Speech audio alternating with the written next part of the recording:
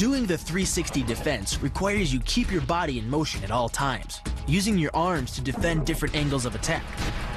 The key is keeping your arms at an oblique angle with your hands open and straight so that you don't take any blows straight on.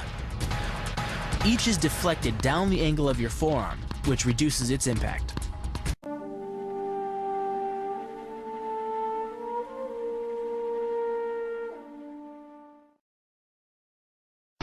The kick's power comes from the torque generated by the rotation of the hips. It's the same principle that cracks a whip.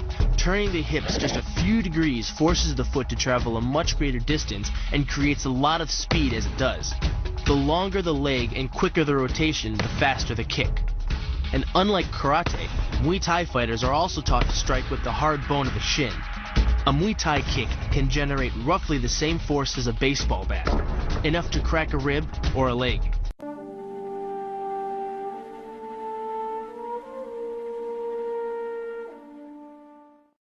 The hyperextension of the elbow, created by pulling back on the locked arm, virtually ensures that he will be taken down. The knee strike to the wrist dislodges the knife and further loads the elbow and shoulder. The technique can easily result in damage to the elbow joint, the tendons of the rotator cuff, or even a broken arm.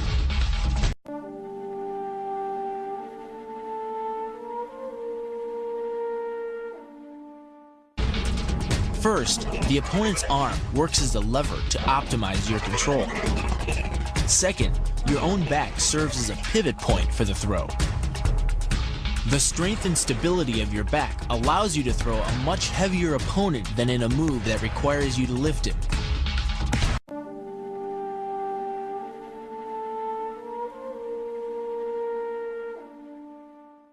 This kick is all about speed. The further the foot travels, the greater its acceleration, and the more dangerous a weapon it becomes. Powered by the muscles of the hip flexor and the quadriceps, by the time your foot reaches your opponent's throat, it's traveling nearly 40 miles per hour. That type of speed yields over 1,000 pounds of force, enough to puncture the Adam's apple and crush your windpipe.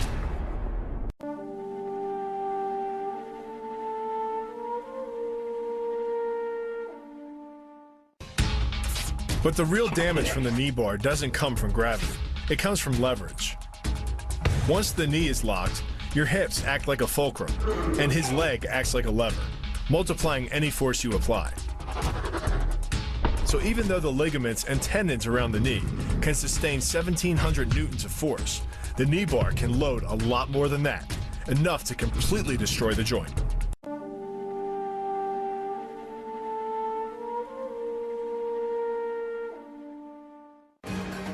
The key to the reap is to get your opponent's center of mass outside his stability zone.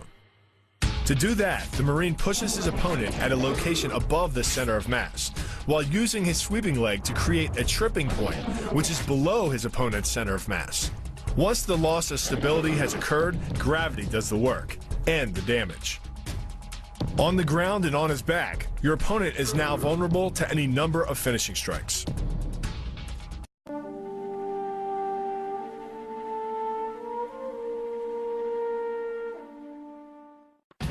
Starting from behind his opponent, the Marine wraps his arm around the enemy's neck and forces his elbow beneath the chin.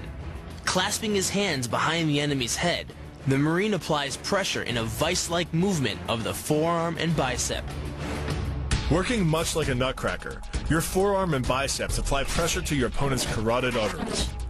Located on either side of the trachea, these two arteries are the only way to get blood to the brain. It can take less pressure than squeezing an orange to stop the flow of blood to the arteries. And with no blood flow, the brain shuts down almost instantly.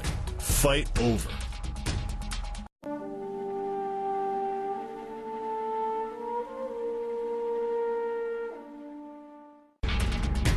It's aimed at the largest gland in the human body, the liver. A direct hit won't just bring an opponent down. It can rupture the gland, causing severe internal bleeding.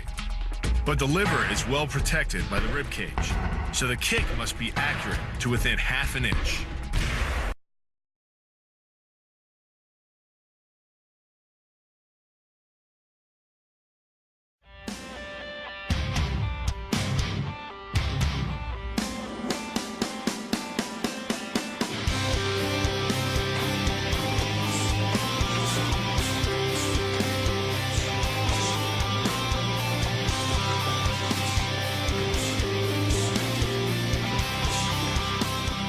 this situation, we create like a discussion with the partner.